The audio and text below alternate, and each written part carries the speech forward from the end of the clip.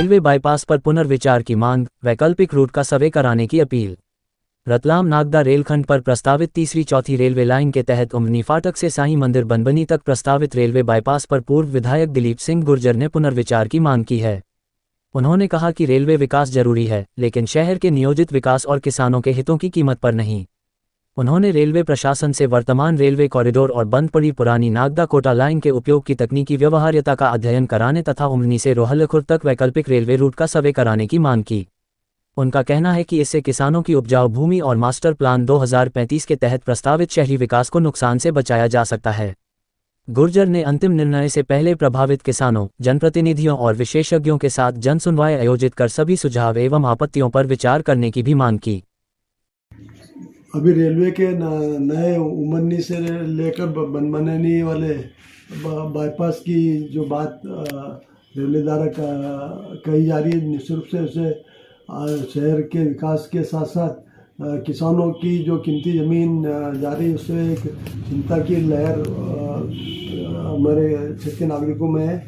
हम इस बात का विरोध करते हैं कि जो पुरानी रेलवे रूट है उस पर रतलाम से वो उमरनी तक रेलवे लाइन बन के आ गया है, परंतु उमरनी से एकदम से सर्वे करके बनबनी तक बनाने की क्या आवश्यकता है, इसका भी खुलासा रेलवे को किया जाना चाहिए।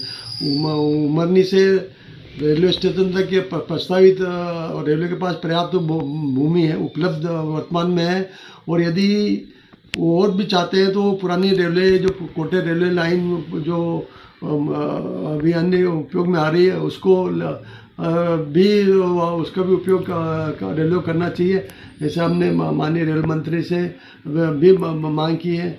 विगत दिनों रेलवे मंत्री ने, हमारे सांसद जी, हमारे विधायक जी सब लोग बैठकर इस पर नागदा एक तीसरे बाईपास के विकल्प किया है, जो निश्चित रूप से आने वाले हमारे नागदा विकास के लिए एक रोड़ा सिद्ध होगा, क्योंकि अब वो नागदा दो हिस्सों में बटा है, एक तीसरे हिस्से में बंटने की तैयारी हो रही है। जहाँ तक रेलवे का क्या उपयोग है उसका भी खुलासा रेलवे द्वारा नहीं किया गया है। यदि जहाँ तक जो जानकारी आई है मुझे कि रेलवे की लागत नागदा रेलवे तक पहुँचने में ज़्यादा आ रही थी, उसको मद्देनजर रखते हुए ये बाईपास प्रस्तावित किया गया है, और ये रेलवे की मेट्रो टाइप इसको बना दिया जाए जिससे कम खर्चा हो। परंतु हमारा क्षेत्र के शहर के उन्नति विकास के लिए ये अवरुद्ध सिद्ध होगा।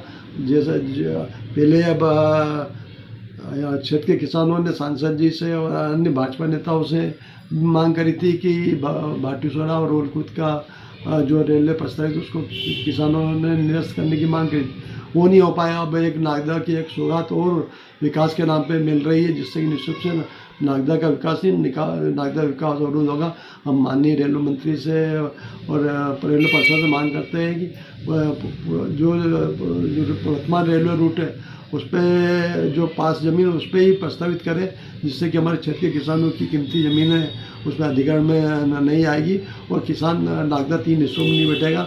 और जो हमारा नागदा का टाउन एंड कंट्री प्लान का 20,033 का जो प्लान है वो भी प्रभावित नहीं होगा। हम शासन से ऐसी मांग करते हैं। भारतीय जनता पार्टी का है, अनिल फिरोजा जी विधायक भी हैं, नगर पालिका भी है, नीचे से लेके ऊपर तक भारतीय जनता पार्टी की सरकार है। तो हम तो सिर्फ मांग कर सकते हैं और जनहित के मुद्दे उठाकर उनको आग्रह करते हैं, क्योंकि हमने देखा है कि किसानों ने सांसद जी को भी कई बात कही थी भाटूसरा रोहल्लखुर्द रेलवे लाइन के संबंध में, वो उनकी मांग पूरी नहीं हुई।